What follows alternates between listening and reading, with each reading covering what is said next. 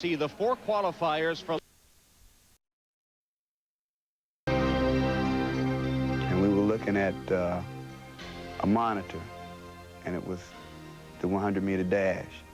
And I asked the technician, is this a tape from this morning? And he looked around, he said, hey, this is your race, it's going on now. Auf die Plätze. Seemed like an hour, but it was only a few seconds. And we knew that we couldn't make it. Fertig. It's probably the worst moment in my life outside of my mother and father dying.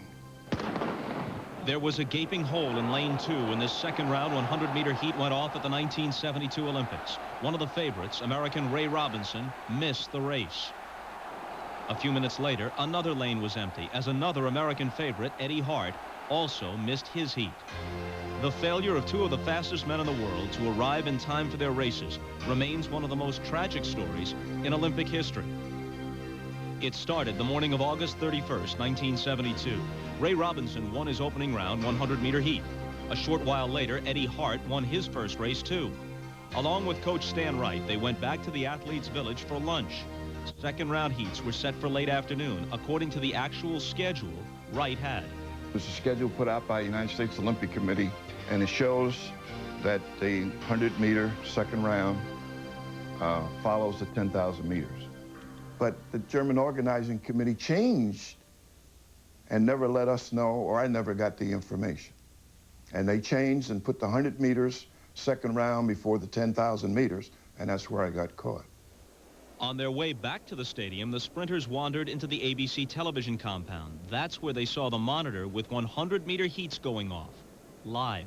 It's hard to go back 19 years and give the exact feelings, but I can tell you we all froze. They jumped in the car of an ABC staff member who drove them frantically to the stadium.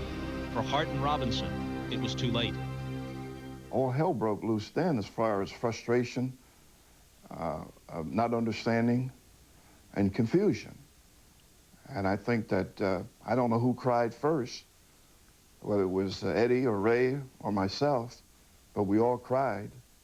Just sitting here thinking about it and really sitting down and concentrating, thinking about the feeling, it kind of gets me, you know. Robert Taylor, the third American 100-meter runner, ripped off his sweats and just made it into his heat. The next day, Taylor finished second behind Soviet sprint star Valery Borzov in the final. There's no question in my mind that if this incident hadn't happened, Eddie would have won the gold medal. Hart received some consolation in the 4x100-meter relay, holding off Borzov on the anchor leg to win the gold. But for Robinson, who earlier had been removed from the relay, there was only emptiness and anger. Ray said some harsh things about me, and I can understand that. I said 20 years ago that it was Stan's Wright's fault, but I know deep down in my heart if it was anything he could do to change that, he would have. As a coach, you don't let your athletes down, no matter what. You take the responsibility. And it was not Eddie's fault, and it wasn't Ray's fault. It was my fault. When I got home, from the Olympics, I was totally embarrassed. I didn't want any press conferences. I just wanted to be left alone. But Robinson couldn't escape the shame he felt about missing his race. He says everywhere he went, people tormented him about it. At one point, he couldn't get work.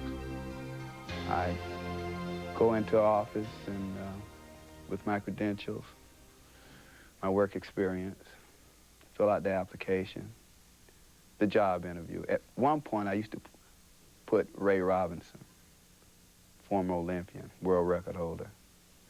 And maybe after 3 or 4 interviews, I started putting my given name, Renard Robinson, where I graduated from.